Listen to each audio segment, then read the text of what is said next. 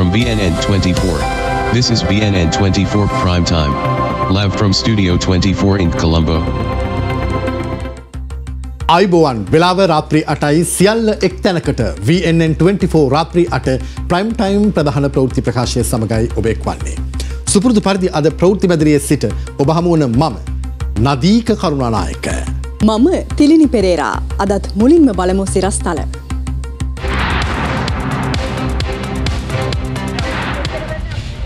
මියගිය කන්දකාඩු රැඳවියා තම දරුවා නොවන බවට ඥාතීන්ගෙන් ප්‍රකාශයක්.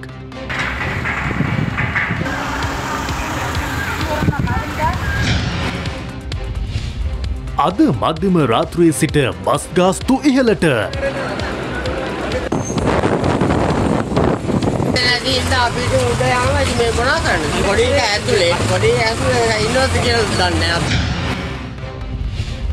මාස 4කට ගෑස් ගෙන්වීමට ලිට්රු සමාගම හා ලෝක බැංකුව අතර ගිවිසුමක්. ආණ්ඩුවට එරෙහිව සමගි ජන බලවේගය පාරට බසී.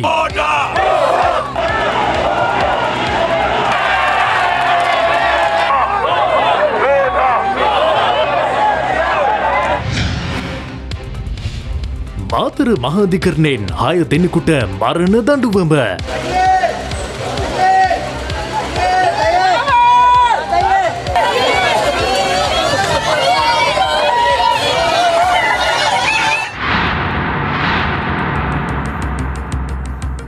කන්දකාඩු පුනරුත්ථාපන මධ්‍යස්ථානයේදී මියගිය රැඳවියා තම ඥාතියන් නොවන බව ඔහුගේ පවුලේ ඥාතීන් පවසනවා. එබැවින් ඒ සම්බන්ධයෙන් විධිමත් පරීක්ෂණයක් පවත්වන ලෙසටයි ඔවුන් බලධාරීන්ගෙන් ඉල්ලා සිටියේ. මේ සම්බන්ධයෙන් පුනරුත්ථාපන කොමසාරිස් ජෙනරාල් මේජර් ජෙනරල් දර්ශන හෙට්ටිආරච්චි මහතාගෙන් VNN24 අප විමසීමක් කළා. ඔහු පැවසුවේ ඒ පිළිබඳව නැවත පරීක්ෂණයක් පවත්වන බවයි. මේ අතර කන්දකාඩු රැඳවුම් කඳවුරෙන් පලා ගිය 653 දෙනෙකු නැවත පොලිස් බහරයට ගත් බව පුනරුත්ථාපන කොමසාරිස්වරයා සඳහන් කළා. පොළොන්නරුව කන්දකාඩු පුනරුත්ථාපන මධ්‍යස්ථානයේදී පෙරේදා රාත්‍රියේ එක් රැඳවියෙකු සැකකටයුතු ලෙස මිය ගොස් තිබුණා. සෙසු රැඳවියන් චෝදනා කළේ ආරක්ෂක නිලධාරීන් සිදු කළ පහර දීමකින් මොහු මිය ගිය බවයි. මේ මැරිච්ච කොල්ලව ඉස්සරහට තුන් දෙනෙක් බිම දාලා පෑගුවා. තුන් පාරකට බඩේ ලිය ගියා. තුන් පාරකට. පළවෙනි පාර බඩේ ලියනකොට ගුවා මට යරාව ගියා ගුවම අර මේ අපේ පුරුත්තාපන ලාභෙක් දෙල්ලෙන් මේම අල්ලගෙන වතුරේ නාව ගැව්වා සර්. දුම්කල කෑල්ලක්වත් බීලා කුටියක්වත් බීලා මේ අලබතලයක් පේරගිරියක් කඹගෙඩියක් කෑවා කියලා තමයි දෙවෙනි පාර කෑම එකක් කන්න ගියා කියලා ඔය කොල්ලව මැරුවේ. කෙසේ වෙතත් පොලිසිය පැවසුවේ රැඳවියාගේ මරණය සම්බන්ධයෙන් විමර්ශනය කිරීම සඳහා වැලිකන්ද පොලිසිය නිලධාරීන් කණ්ඩායමක් කන්දකාඩු පුනරුත්ථාපන මධ්‍යස්ථානයට ගිය අවස්ථාවේදී රැඳවියන් කලහකාරී ලෙස හැසිරුණු බවයි. මෙම සිද්ධිය මුල් කරගැනීමෙන් රැඳවියන් 700කට ආසන්න පිරිසක් කන්දකාඩු පුනරුත්ථාපන මධ්‍යස්ථානයෙන් පලා ගොස් තිබූ අතර ඔවුන්ගෙන් 600කට ආසන්න පිරිසක් ඊයේ සහ අද දිනේ පොලිස් බහරියට ගෙන තිබුණා.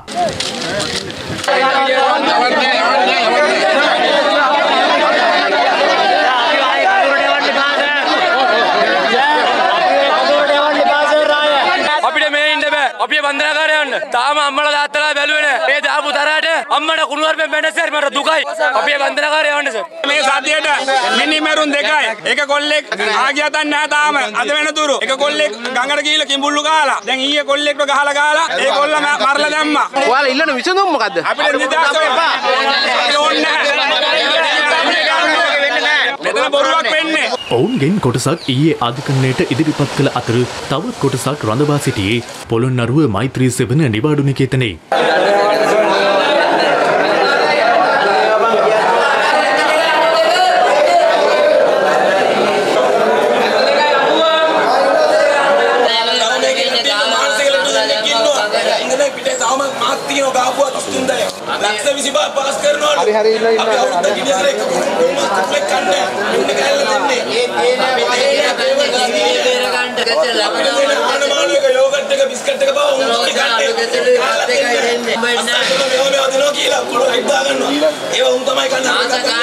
අද පෙරවරුවේ පුලස්තිපුර පොලිසිය විසින් බහරයට ගැනුණු රැඳවියන් 48 දෙනෙකු පොළොන්නරුව මහේස්ත්‍රාත් අධිකරණයට ඉදිරිපත් කෙරුණා.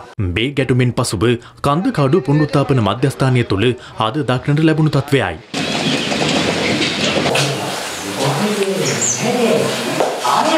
ये वीडियो ताम हरियर चेक करे हैं මොන අඩුද කියලා ඉතින් බලන්න ඕනේ. දැන් මොනවාද අඩු තියෙන්නේ? අපි පෞද්ගලික ඒවා තමයි ගොඩක් අඩු වෙලා තියෙන්නේ. මේ කඩලා තමයි අදින් දොරවල්. යුනිෆෝම් තුනක් විතර නෑ අපි.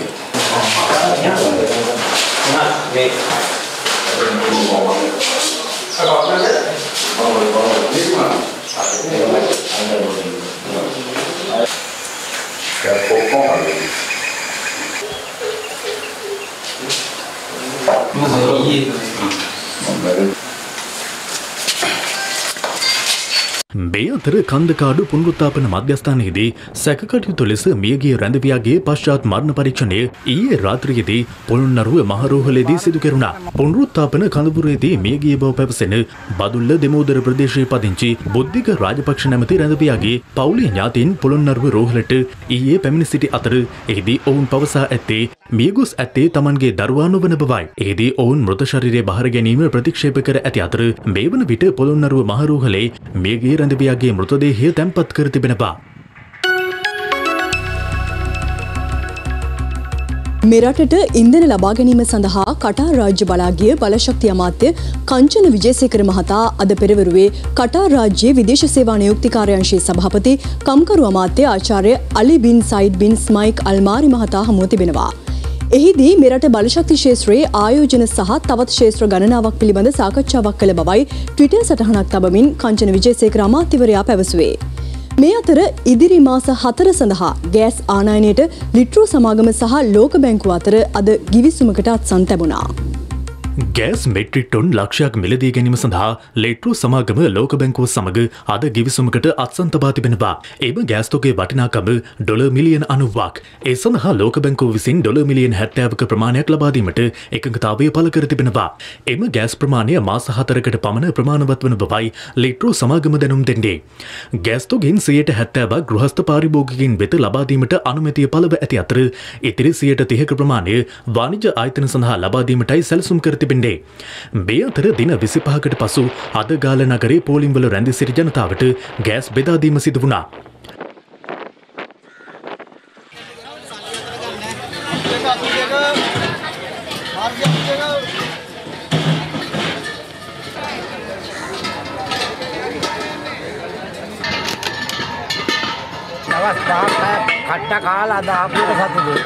ඉන්ධන ලබා ගැනීම සඳහා අද දිවයිනේ බොහෝ ප්‍රදේශවල ඉන්ධන පෝලිම් පැවතුණා.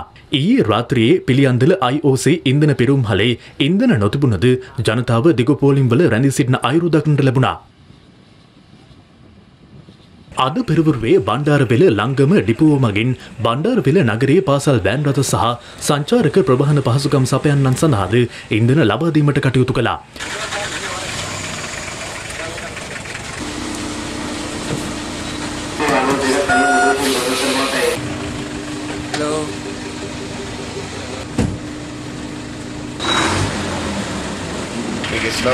මේගොල්ලෝ යන්න ඕනයි අරුගම්බෙට දවසක් ඉඳලා මේගොල්ලෝ යාලා යනවා. එරණෑ තෙල් ලීටර් 30යි තමයි සෙතුමෙන් හම්බුනේ සීඩිපිගෙන් බණ්ඩාරවෙල. මේ රත්නපුර නගරයේ ඉන්ධන පිරවුම්හලක අද පැවති තත්ත්වයයි.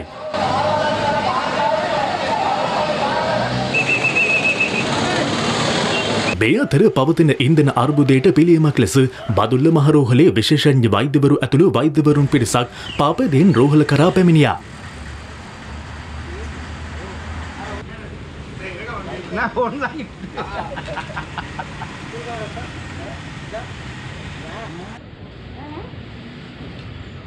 ඉන්ධන ගැටලුව හේතුවෙන් දැන් බොහෝ පිරිසක් ගමන් පහසුව සඳහා විකල්ප ක්‍රම භාවිතා කිරීමට පෙළඹී තිබෙනවා. පාපේදයට හුරු වී සිටි උතුරේ ජනතාවට දකුණට මෙන් ගැටලු මතුවී නැහැ. උතුරේ පාසල්වල කටයුතු බොහෝමයක් බාධාවකින් තොරව සිදුවන බව අප වාර්තාකරුවන් පැවසුවා.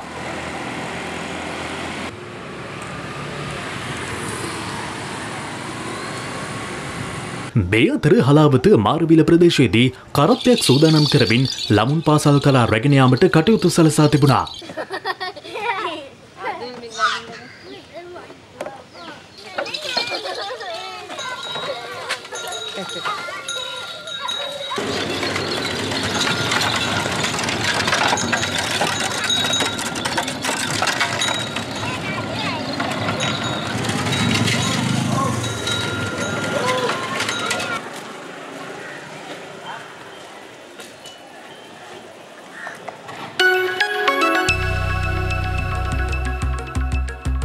අද මධ්‍යම රාත්‍රියේ සිට ක්‍රියාත්මක වන පරිදි බස් ගාස්තුව 22%කින් ඉහළ යන බව ජාතික ගමනාගමන කොමිෂන් සභාව පවසනවා.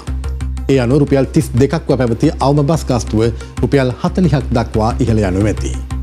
මේ වසරේදී අවස්ථා 4කදී අපි බස් ගාස්තු වැඩිවීමක් සිදු කෙරුවා. ඒ සියලු අවස්ථා 4දිම අපි නිර්ණායකයක් විදිහට භාවිතා කෙරුවේ ඉන්ධන මිල ඉහළ යාම පමණයි. නමුත් වාර්ෂික බස් ගාස්තු සංශෝධනයේදී සිටින ජූලි මාස 1 වෙනිදාට ඉන්ධන මිල වෙනස් වීමට අමතරව තව කාරණා 11ක් සියලුම කාරණා 12ක් යටතේ අපි දල ගණනය කිරීම සිදු කෙරුවා. ඒ ගණනය කිරීම වලට අනුව බස් ගාස්තු වැඩිවීම 122කින් වැඩි වෙනවා. අපි මේ ක්ෂේත්‍රය රැක ගන්න ඕන. ඉන්ධන වැඩිවීමට සාපේක්ෂව සහ අනිකුත් වැඩිවීම වලට සාපේක්ෂ බස් ගාස්තු වැඩි නොකරුවොත් මේ ක්ෂේත්‍රය කඩාය වැටෙනවා. හැකි අවම ලෙස තමයි මේ බස් ගාස්තු වැඩිවීම සිදු කරලා තියෙන්නේ. මෙම නව බස් ගාස්තු සංශෝධනයට අදාළව අන්තර්පළාත් බස් ගාස්තුවද ඉහළ යනු ඇති. එනු කොළඹ සිට මහනුවර දක්වා නව ගාස්තුව රුපියල් 558ක් ලෙසත් කොළඹ සිට ගාල්ල දක්වා ගාස්තුව 533ක් වනවා. එමෙන්ම කොළඹ සිට අනුරාධපුරය දක්වා නව ගාස්තුව රුපියල් 1007ක් ලෙසත් කොළඹ සිට යාපනය දක්වා ගාස්තුව රුපියල් 1755ක් ලෙස ඉහළ යනවා. මේ අතර අධිවේගී මාර්ගයේ බස් ගාස්තු සංශෝධනයට අදාළව නව ගාස්තුව දැක්වෙන්නේ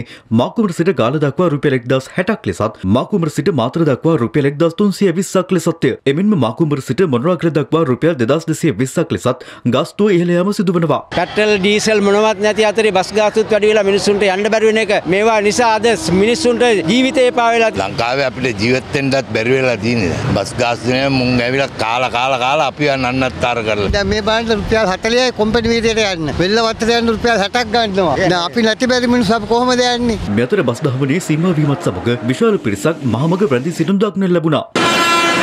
බස් නැහැ කොච්චරද පැය භාගයක් විතර යනවා. තංගල්ලෙන් ඉඳලා ආවේ. මහරෝල්ට යන්න ගිය. මහරෝල්ට ගිහිල්ලා මේ එන්නේ තංගල්ලට දැන් යන්න. බසුත් නැහැ ඉතින් මොනවා කොයන්නේ දවසම ගත වෙන්නේ.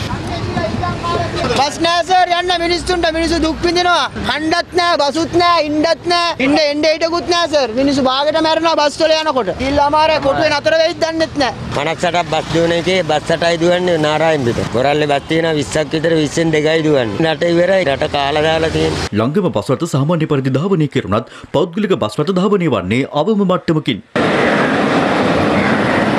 බස් රථ හිඟවීමත් සමග ඇතැම් පිරිස් අනාරක්ෂිත ලෙස බස් රථවල ගමන් කරන අයුරුද දක්නට ලැබුණා.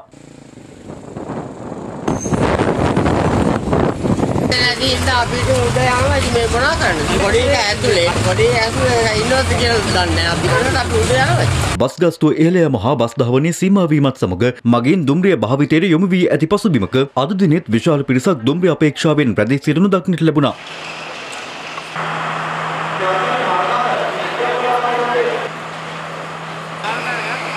කෙසේ වෙතත් අද දිනේ දුම්රිය ගමන් වාර කිහිපයක් අවලංගු වීමත් සමග මගින් දැඩි දුෂ්කරතාවයකට පත් වුණා.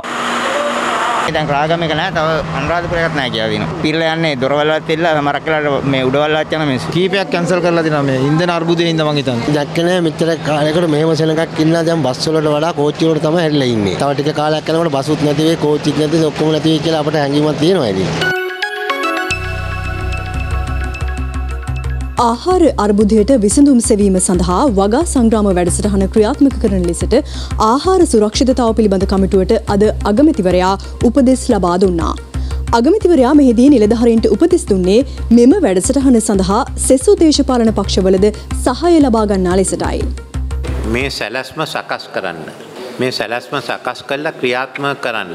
එන සුමානේ මේ සැලැස්ම තියෙනවා නම් ඒතකොට ඇමතිවරුන්ට පුළුවන් මේක අදාළ ඇමතිතුමන්ලට මේක කැබිනට් මණ්ඩලයට දාලා එතනින්ුත් අනුමැතිය අරගන්න. ඒක අපි සුමාන 2-3කින් ක්‍රියාත්මක කරන්න ලෑස්ති වෙන. කැබිනට් එකට යන ගමන් මේ පැත්තේ නිලධාරීන් දිසාලේ කම්බරු ඔක්කොම කැඳවලා ඒ වැඩ කටයුතු කරගෙන යන්න. අපිට ඉන්ධන හිඟයක් තිබුණත් මේක ක්‍රියාත්මක කරන්න ඕනේ. ආර්ථිකයේ කඩා වැටුනහම රටක ආහාර ප්‍රශ්න ඇති වෙනවා. සාගින්නක් ඇති වෙනවා. විශේෂයෙන්ම අද තියෙන ගෝලීය ආහාර ප්‍රශ්න නිසා ඒක තවත් උග්‍ර වෙනවා. ඉතින් මෙතෙන්ට අපි මේ වැඩසටහන ආරම්භ කළා විශේෂයෙන්ම අපි ඉදිරියට ගෙනියමු මුළු රටම එකතු කරගෙන යන්න ඕනේ. අපි බලන්නේ කොට්ටාස මට්ටමේ මේක කරන්න. දේශපාලන අංශය, ව්‍යාපාර අංශය, වෘත්තීය සමිති අංශය, රජයේ අංශය, සේවක අංශය මේ හැම එකක්ම අරගෙන අපි වැඩ කටයුතු කරන්න ඕනේ. ඒකට අනික් ව්‍යාපාරත් එකතු කරන්නට කියලා මම කියනවා. විශේෂයෙන්ම විපක්ෂයෙන් සමගි ජන බලවේගයත් ජනතා විමුක්ති පෙරමුණත් දෙකම ගේ වතු වගාවක් කරනවා කියලා. ඒක හොඳයි. දැන් ඒ අයට අපි ඒකත් මෙතෙන්ට එකතු කරගමු. එතකොට ඒ අයට නැති සහයෝගයක් මෙතනින් ලබා දෙන්න පුළුවන්. ඉතින් විශේෂයෙන්ම මම මේ කොමිටියේ ලේකම් බඩකොඩ මහත්මයාට කියනවා මේ පක්ෂ දෙකකට ලියලා එයාගේ කරුණ හොයාගන්න. එතකොට අපිට පුළුවන් කොට්ටාස මට්ටමේ වැඩසටහනට එකතු කරන්න. ගෝඨා රනිල් ශාපය අවසන් කරපු මෙයින් සමගි ජනබලවේගයේ ගෙන යන විරෝධතා ව්‍යාපාරය අද ආරම්භ වුණා. ඒ කොළඹ කොටුව දුම්රියපල ඉදිරිපිටින්. සමගි ජනබලවේගයේ ප්‍රමුඛ සිවිල් සංවිධාන වෘත්තීය සමිතිය ඇතුළු පාර්ශ්ව ගණනාවක් එක්ව මෙම විරෝධතාව අද කොටුව දුම්රියපල ඉදිරිපිටින් ආරම්භ කළා. ඒ සමගි ජනබලවේගයේ නායක සජිත් ප්‍රේමදාස මහතාගේ ප්‍රධානත්වයෙන් ඊට එම පක්ෂයේ දේශපාලන නියෝජිතයින් ඇතුළු පිරිසක් එක්ව සිටියා.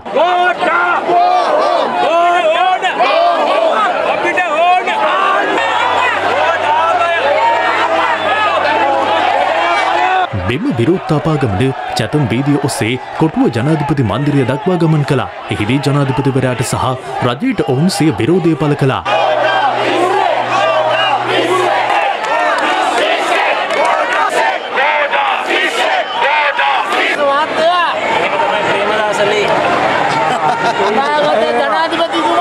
ගෝඨාභය රාජපක්ෂ ගෙදර යැවීම දැන් අනිවාර්යයි. මෙතනින් එහාට අද IMF එකේ කතාවත් එක්ක අපිට මේ ගමන ඉස්සරහට යන්න නම් එයා නැතුව සර්වපාක්ෂික සියලුම දෙනා එකතු වෙච්ච ආණ්ඩුවක් අත්‍යවශ්‍යයි. එයා ඉන්නකම් මේක විසඳන්න බෑ. මේ තරම් මේ රටේ හානියක් කරපු ආර්ථිකය විනාශ කරපු ගෝඨාභය රාජපක්ෂ මහත්තයාට මේ රටේ මිනිස්සු කියනවා යන්න. නමුත් එයා යන්නේ නැහැ. මේක පාර්ලිමේන්තුවේ විසඳ ගන්න බැරි නම් ගෝඨාභයගේ മന്ത്രിවරු පාර්ලිමේන්තුවේ එයාව අයින් කරන්න උදව් කරන්නේ නැත්නම් ජනතාවට අපිට තියෙන එක විකල්පයයි වීදි වලට බහැලා ගෝඨාභයව එළවනතුරු ඒ සටන දිගටම ගෙනියන එක. ඒ සටන පටන් ගත්ත දවසේ තමයි අද ඒ සටන අපි දිගටම ගෙනියනවා. දැන් අමුක්කන වෙඩි තිබ්බා. අන්තිමට අමාරු වෙන්නේ කවුද? මැරුණේ කායෙන් ඉමරන. අපෙඩි තියපු එක අමාරු වෙනවා. ඒක තමයි මෝඩියෝ කියන්නේ. එකේ අවුඩස් කුණ්ඩර කරන්න එපා. ඕ දේශබන්දු. ඕ ජොන්ස්ටන්.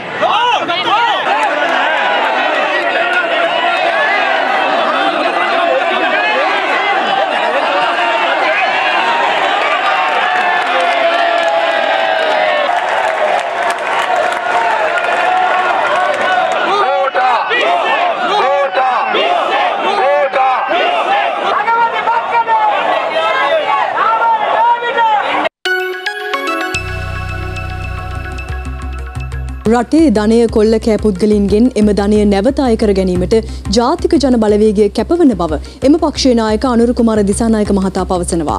ඔහු මේ බව ප්‍රකාශ කළේ ජාතික ජන බලවේගය විසින් අද පානදුරේ සංවිධානය කර තිබූ ජන රැළියකදී.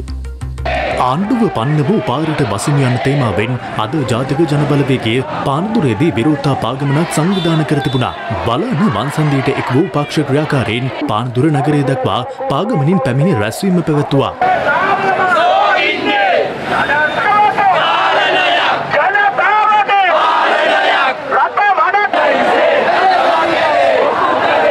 පෞගේදා ඇමරිකාවේ CIA නියෝජිතයෙක් හිටියා සුබේරු කියලා. සුබේරු කියන CIA නියෝජිතයා ඇමරිකාවෙන් අත්අඩංගුවට ගත්තා. අත්අඩංගුවට අරගෙන අවුරුදු 12ක් හිරේ ඇරියා. පරීක්ෂණයේදී එළිදරව් වුණා. ඒ CIA කාර්යයට අජිත් නිමාඩ් කබ්‍රාල් $65,000 දීලා. මිනිහා හිරේ. මේ හොරා එළිය දාමෝදේ දානවා හිරේ ඒක සාතිකයි. මේ රටේ ආර්ථික විතර අපරාධ වුණා. ඊළඟ ඇමරිකන් එක්සත් ජනපදයේ නඩුවක් එනවා. ඇමරිකාවේ ශ්‍රී ලංකා තානාපති කාර්යාලය මිලදී ගැනීමේදී ලංකාවේ හිටපු තානාපති ජාලී වික්‍රමසූරිය මහින්ද රාජපක්ෂගේ පුංචිමගේ පුතා ඩොලර් හොරකම් කරලා නඩුව යන්නේ හේ අපේ ඩොලර්. ඊළඟ පෞගද ඇමරිකන් එක්සත් ජනපදයේ නිව්යෝක් ටයිම්ස් පුවත්පතේ වාර්තාවක් පළ වුණා. ඒ වාර්තාවෙන් කියලා මොකද්ද? චීන සමාගම් මහින්ද රාජපක්ෂට ඩොලර් මිලියන 6.5ක් දීලා බව. ඊළඟ පහුගියදා එංගලන්තේ ප්‍රංශ යාබස් සමාගම් පිළිබඳ පරීක්ෂණයක් ගියා. ඒ පරීක්ෂණයේදී එළිදර වුණා ප්‍රංශ යාබස් සමාගම ශ්‍රී ලංකා යාලා ඉන්නකේ හිටපු ප්‍රධාන විධායක නිලධාරී කපිල චන්ද්‍රසේනගේ නෝනට ඩොලර් දීලා. පෞගේද ඕස්ට්‍රේලියාවේ මාධ්‍යවේදීන් කණ්ඩායමක් ගවේෂණාත්මක මාධ්‍ය වාර්තාකරණයක් කරා. හම්බන්තොට රෝහල හදනකොට රෝහලට සහ වෛද්‍ය උපකරණ මිලදී ගත්තේ ඕස්ට්‍රේලියානු සමාගමකි. ලංකාවට ඇවිල්ලා ඒගොල්ලෝ පරීක්ෂණ කරා. ඒ පරීක්ෂණ දෙල්දර වුණා. හම්බන්තොට රෝහල හදනකොට නාමල් රාජපක්ෂ ඩොලර් අරන් රෝහිත රාජපක්ෂගේ දුව බැන්ද. බන්දිනේ වෙලාව ඒගොල්ලෝ දන්නවද? ෆ්‍රී සිවුට් එක කරන්න හිටියේ කාශ්මීර වල. පාකිස්තානෙන් ඉන්දියානු හෙලිකොප්ටරයකට ගහලා ප්‍රශ්නයක් ආවා. ඒ නිසා යන්න බැරුව. මට කවුද දන්නවද කිව්වේ? නාමල් රාජපක්ෂ. ඒකත් කියන්නේ එයාට ගරුත්වයක් ඇටියට. එයා තමයි වැඩේ හදලා දුන්නේ කියලා පාකිස්තාන ආණ්ඩුවට කතා කරලා. රටේ ජනතාවට ඩොලර් නැහැ. හැබැයි ඒගොල්ලන්ගේ දරුවන්ගේ ෆ්‍රී ෂූට් කරන්න කාශ්මීරේ. අපි ආණ්ඩුවක් හදමු. සාතික වශයෙන් මහජනගෙන් හොරකම් කළ තර දීපල යලි පවර ගන්න ආණ්ඩුවක් අපි හදන්නවා. ගෝඨාභය රාජපක්ෂ කියන්නේ මෙලෝ දෙයක් තේරෙන්නේ නැති කෙනෙක්. මේ ළඟදී මගේ යාළුවෙක් ගිහලා මෑන්ව හම්බ වෙන්න කියලා තිනවා. යාට මම හින්දා තමයි මේ ගානටවත් තියෙන මම නැත්තම් මීට හපන් කියලා. ගෝඨාභය හිතන්නේ තාම රට ගොඩ කියලා. පොලිසිය මහතුරු අපිට දිගටම කතා කරනවා. සහෝදරයා මේ යන වැඩේ අපිටත් ඉවසන්න බෑ. ඔයගොල්ලෝ හරියට කෙලින් තීන්දුවක් ගන්නවා නම් අපිත් ඒ සඳහා දායකත්වයෙන් හොරන්න ලෑස්ති කියලා කියන මොකද? මේ පොලිසිය මහතුරුගේ ජීවිතය අපි දන්නවා. තෙල් පොලිමේ ටිකක් සද්ද දැම්මට ඕගොල්ලෝ සද්ද දාන්න යන්න එපා. එයා සද්ද දාන්නේ ගෝඨාභයත් එක්ක තියෙන තරහට. ඊයේ ත්‍රිවිධ හමුදාවට නියෝගයක් ගියා. කිසි වාහනයක් පාරෙන් එළියට එන්න ඉඩ දෙන්න එපා කියලා. හැබැයි මම දන්නවා ඒ නියෝගය ක්‍රියාත්මක කරනවද නැද්ද කියලා. හමුදාවේ ඉහළ නිලධාරී කණ්ඩායමක් විවාදයක යෙදුණා, සාකච්ඡාවක යෙදුණා. සමහර අය අපිට කතා කරලා කිව්වා ආණ්ඩුව මොනවා කිව්වත් මිනිස්සු පාරට එන එක වළක්වන්න හමුදාව මැදිහත් වෙන්නේ නැහැ කියන සාතිකත් අපිට මතක කරගන්න. ලෝකේ හැමදාමත් මේ අර්බුද වලින් ගොඩ ඇවිල්ලා තිබෙන්නේ අර්බුදය හදපු කට්ටිය නෙවෙයි. ලෝකේ හැම රටක්ම ගොඩ ඇවිල්ලා තිබෙන්නේ ඒ ප්‍රශ්නේ හදපු අයට විරුද්ධව ගොඩනගන ලද ඔවුන්ට එරෙහිව පෙළගස්සන ලද මහජන ව්‍යාපාර කරා විතරයි රට ගොඩ අරගෙන තිබෙන්නේ. අන්න ඒකට අපි ලෑස්ති. අපි හැම ගමකම කඳවුරු බඳිමු. අපි ඕගලන්ට දිනේ කියන්නම්, වේලාව කියන්නම්, ලෑස්ති වෙන්න පළවහරම තමයි.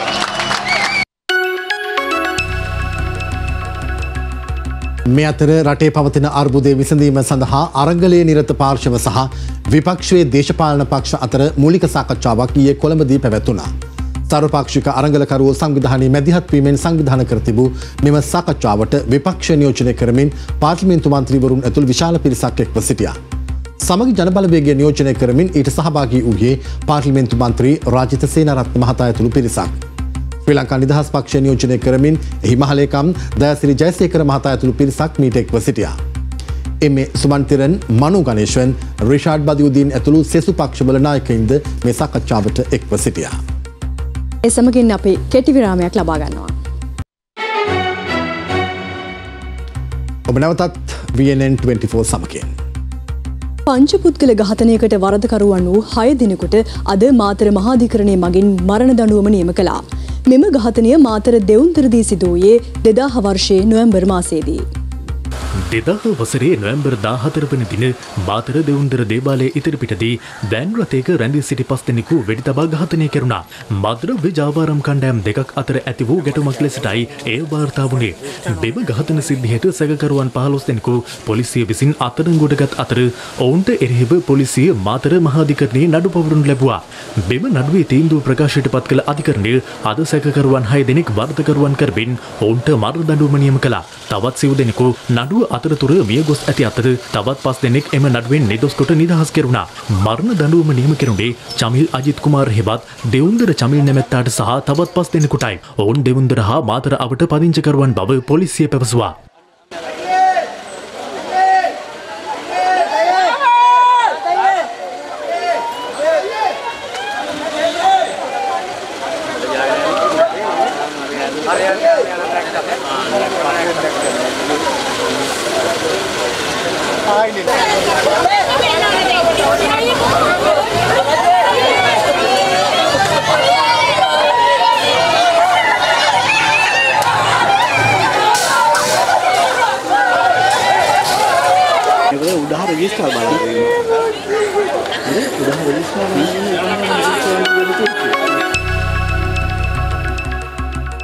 මේ අතර රමුක්කන වෙඩි තැබීමේ සිද්ධිය සම්බන්ධයෙන් අත්අඩංගුවට ගෙන සිටින හිටපු කෑගල්ල ජ්‍යෙෂ්ඨ පොලිස් අධිකාරීවරයා ඇතුළු සිව් දෙනා ජූලි මාස 14 වෙනිදා දක්වා රක්ෂිත බන්ධනාගාරගත කෙරුණා.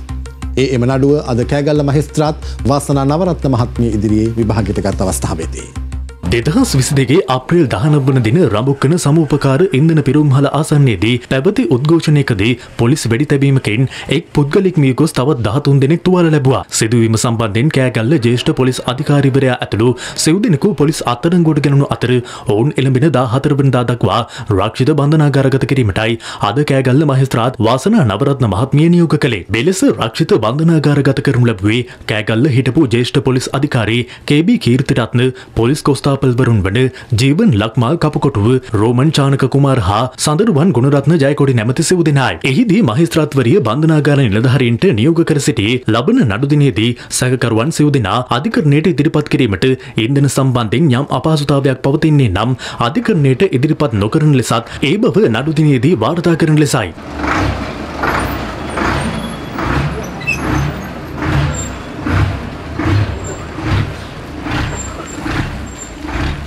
සිද්ධිය සම්බන්ධයෙන් කෑගල්ල මහේස්ත්‍රාත් අධිකරණය ලබා දුන් නියෝගය බල රහිත කරන ලෙස ඉල්ලා කෑගල්ල හිටපු ජ්‍යෙෂ්ඨ පොලිස් අධිකාරී KB කීර්තිරත්න මහතා ඇතුළු පොලිස් නිලධාරීන් සිව් දෙනෙකු ඉදිරිපත් කර තිබෙන රේඩ් පෙත්සඹ අද අභියාචන අධිකරණයේදී විභාගයට ගෙනුණා. ඒ සෝබිත රාජකරුණා සහ ධම්මික ගණීපුල යන මහත්වරුන්ගෙන් සමන්විත අභියාචන අධිකරණ විනිසුරු මඩුල හමුවේ.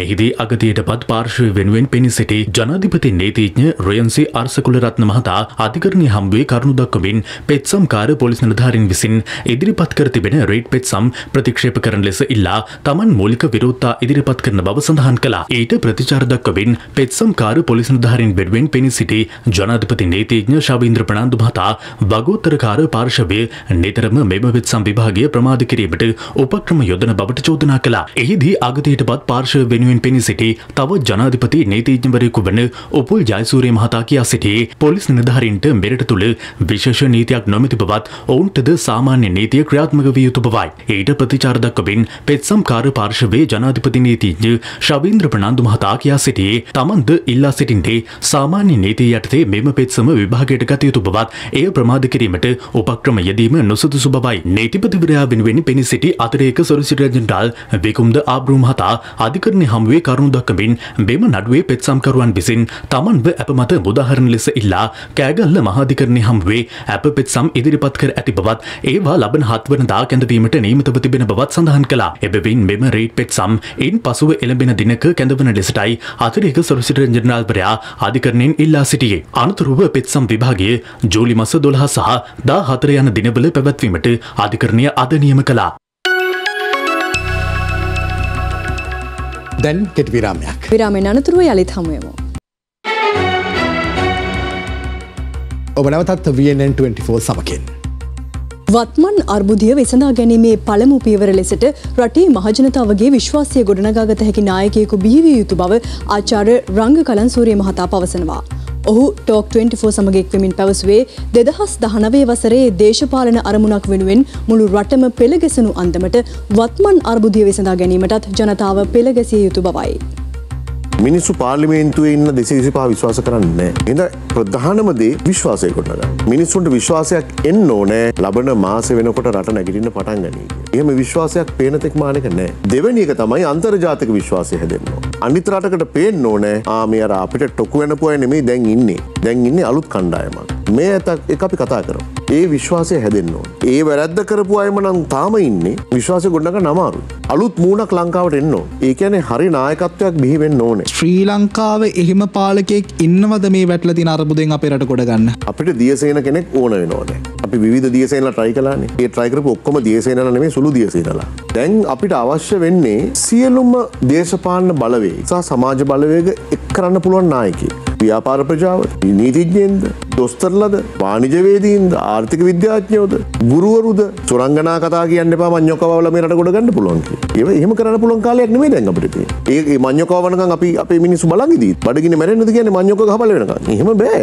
අපිට අද ඕනේ තෙල් ටික. මේ රට ගොඩ ගන්න අඩුම ගානේ අවුරුදු 3මාරක් 4ක් යනවා. 2019ට කලින් තිබුණු මට්ටමක් තියෙනවනේ සමාජයේ. ඒ මට්ටම ගේන්න දියසේන කුමාරයා අද බිහි වුණත් අවුරුදු 4ක් අපිට ඉවසන්න වෙනවා. නායකයෙක් බිහි වෙන්නේ ඕ නැති වෙන්නේ අර්බුදයකදී. එන නායකත්වය කියන්නේ අර්බුදයට මුහුණ දෙන විදියනේ. ඉන්දුනීසියාවේ එහෙමත් බිහි වුණේ නැහැ එකපාරට.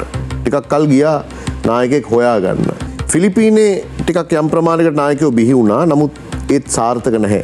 ඒ කියන්නේ මං කියන්නේ මහ විශාල මේ වගේ දැවැන්ත විරෝධතා ව්‍යාපාර වලින්. කියන්නේ ජනාධිපතිවරු එලෝලා, රටිනුත් එලෝලා, ඊට පස්සේ නායකයෙක් හොයනවා. නායකයෙක් හොයාගෙන එලෙව්ව නෙමෙයි. බොහෝ වෙලාවල උනේ. ඒ හින්දා උකට විය යුත්තේ තමයි නායකයෙක් හොයාගෙන එලවන්න ඕනේ. මේ නැතුණත් රට සම්පූර්ණයෙන් අරාජික වෙලා අහක ඉන්න බලවේග ඇවිල්ලා මේවා දැහැ ගන්නවා. දැන් වෙන්නේ ඒවනේ. අයිඩියල් සිටුේෂන් එක තමයි සමස්ත පාර්ලිමේන්තුවම මුකුත් පක්ෂ ભેද නැතුව එකට වාඩි වෙලා අපි වැඩ පිළිවෙලක් හදමු. අවුරුදු 2කට අපි ඔක්කොම එකට වැඩ කරමු කියන එක. එහෙම වෙච්ච රටවල් නම් මම දැකලා නැහැ. අවුරුදු 20ක් කඩා වැටලා ආජන්ටිනාවෙත් අදත් නැහැ ඒක. එකට එකතුලා ප්‍රශ්නයක් විසඳ ගන්න බෑ. ඒක මින් මනු මිනිස්සුන්ගේ ගතියක් මට පේනවා. දරුවෝ පාසල් වලට යන්නට නොහැකි වුණා, විශ්වවිද්‍යාල වහලා තිබ්බා. අපි අනාගත පරපුර කොහොමද හදන්නට ඕනේ? ඉස්කෝල වහනවා කියන්නේ තව හිරගෙවල් ඇරෙනවා කියන එක. අර මහා චිත්‍රයට දෙන විසඳුම ඇතුලේ අධ්‍යාපනයේ විසඳුමක් තියෙනවා. ඒ කියන්නේ ළමයාට ඉස්කෝලට යන්න බෑ. මොකද අවසාන ඉතුරුනේ බලශක්තිය අර්බුදේ. ඉතින් ඒ නිසා අර මහා චිත්‍රයට නායකත්වයේ නොදී අපිට අධ්‍යාපනය ගැන දැන් ඔබ හිතන්න ඔන්ලයින් උගන්වන්න පුළුවන් වෙයිද? ඉලෙක්ට්‍රිසිටි නැහැ, ඩේටා නැහැ, හිට අනිද්දාම ටවර්ස් වලට පවර්ස් නැහැ. ඉතින් ඒ නිසා තව තවත් මේක වලපල්ලට යෑමක් මිසක්ක මේකට බ්‍රේක් එක ගහලා හෑන්ඩ් බ්‍රේක් එක දාගන්න අපිට තාම අවස්ථාවක් නැහැ. අපේ රටේ ජනතාව ඔක්කොම එක තැනක තියලා චින්තනමය වෙනසක් කරන්නට නම් කොයි වගේ ස්ලෝගන් එකකටද අපේ රටේ ජනතාව මෙහෙවන්නට ඕනේ? ස්ලෝගන් එක අපිට හදන්න පුළුවන්. හැබැයි මිනිසුන්ට එක්කව කරන්න ඕනේ. මේ රටේ 2019 එක දේශපාලන කැම්පේන් එකක් වෙනුවෙන් මුළු රටේම මිනිසුන්ට මොබිලයිස් කරගත්තා. ඔය දවසට පන්සලේ කියන බණවලටත් විනාඩි 10ක් වෙන් වුණා. නමුත් අද ඒ විනාඩි 10 වෙන් වෙනවද? අද මේ රටේ මිනිසුන් මොබිලයිස් කරන්නේ ගත්ත පොලිටිකල් කැම්පේන් එක අද රට ගොඩ ගන්න තියෙනවද? ඒ කියන්නේ හැම තැනකම මේ ප්‍රශ්නෙට විසඳුම් කතා වෙන්න ඕනේ. ලංකාව සිංගප්පූරුවක් කරමු කියලාද කොයි වගේ ස්ලෝගන් එකක්ද ජනතාව ගොල්ලුවට දෙන්න ඕනේ? ගොඩ ඉන්න තමයි කතා කරන්න වෙන්නේ. සිංගප්පූරුව පස්සේ කරමු. ඉස්සෙල්ලා ගොඩ ගිහින් ඉන්න ඕනේ. ඒ සමගින් සියල්ල එක්තැනකට ගෙන VNN 24 රාත්‍රියට ප්‍රයිම් ටයිම් ප්‍රධාන ප්‍රවෘත්ති ප්‍රකාශය අවසන් වනවා. දෙස් විදෙස් තොරතුරු දැනගන්න පිවිසෙන්න අපේ වෙබ් අඩවිය www.vnn24.lk. යලි හමුවෙමු රාත්‍රී 10ට. මම තිලිනි පෙරේරා. මම නදීක කරුණානායක. සුබ රාත්‍රියක්. සුබ රාත්‍රියක්.